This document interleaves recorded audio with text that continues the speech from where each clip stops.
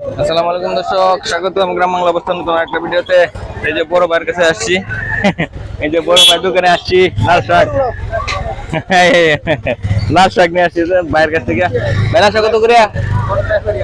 মূলা কত করে? মূলা আর লাল শাক কম কম। মূলা দুইটা, লাল শাক দুইটা ভাই, দুইটা মূলা শাক দিবেন আর দুইটা শাক।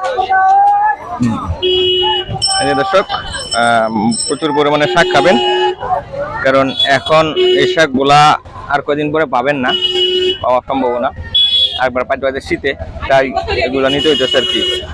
ভাই পাট শাক কত করে? 10 টাকা করে না?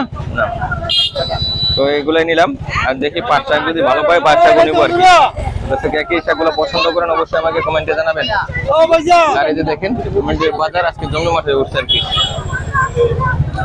ভালো থাকবেন সবাই, আল্লাহ হাফেজ।